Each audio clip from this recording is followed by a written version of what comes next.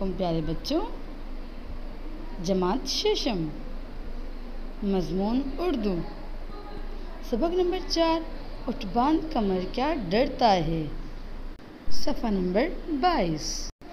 آئیے پیارے بچوں، آج ہم سبق میں دیا گیا سوال خلاصہ لکھنا سیکھیں گے۔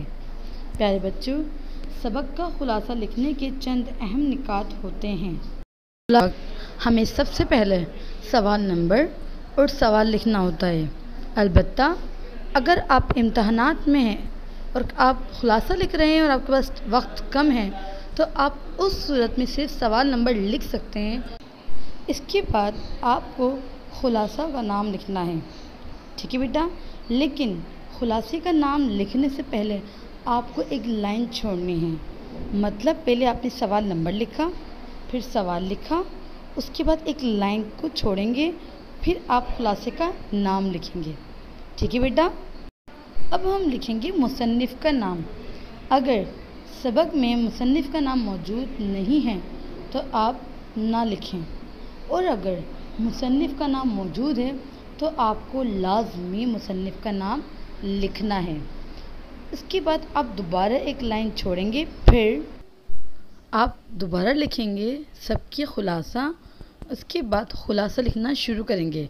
سب کے خلاصہ لکھنے کے بالکل نیچے سے ہم خلاصہ لکھنا شروع کریں گے۔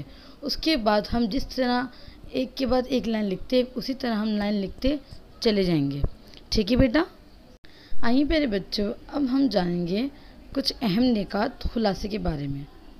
نمبر 1 پر ہے سبق کا 2 سے 3 مرتبہ بغور مطالعہ کریں اور ہر پیراگراف سے اہم نکات اخذ کریں۔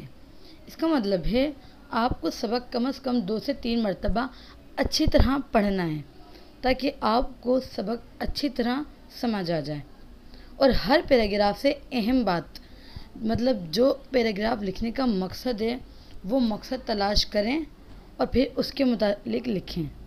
بیٹا یاد رکھیے گا، ایک پیراگراف میں ایک ہی اہم بات ہوگی، دوسری اہم بات نہیں ہوگی۔ اگر شاعر کو دوسری اہم بات لکھنی ہوگی تو اس کے لیے وہ دوسرا پیراگراف لکھے گا، ٹھیک ہے بیٹا؟ نمبر 2 پر ہے اخذ شدہ اہم نکات کو مختصر طور پر اپنے الفاظ میں تحریر کرنا۔ مطلب جو پیراگراف آپ نے دیکھے تھے، پڑھے تھے، ان میں سے جو آپ نے اہم نکات، اہم باتوں کو نکالا تھا، اب آپ انہیں اپنے لفظوں میں بیان کریں گے۔ نمبر 3 پر ہے خلاصے میں کوئی غیر ضروری بات نہ ہو۔ اگر آپ جس سبق کا خلاصہ لکھ رہے ہیں اور اس خلاصے میں وہ بات نہیں ہے جو آپ اپنی طرف سے لکھ رہے ہیں تو آپ کا وہ خلاصہ غلط تصور کیا جائے گا۔ تو بیٹا آپ جس سبق کا خلاصہ لکھ رہے ہیں اسی کو دیکھتے ہوئے اپنے لفظوں میں خلاصہ لکھیں، ٹھیک ہے بیٹا؟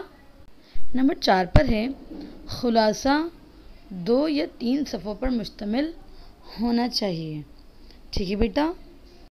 پیارے بچوں، آپ نے کیا کرنا ہے، سبق اٹھ باندھ کمر کیا ڈرتا ہے، اس کے ہر ایک پیراگراف سے ایک ایک اہم بات نکال لیں، ٹھیک ہے بیٹا؟ پھر ان نکات کو ایک الگ صفحے پر تحریر کریں اور ہر نکات کے بارے میں الگ الگ لکھیں، ٹھیک ہے بیٹا؟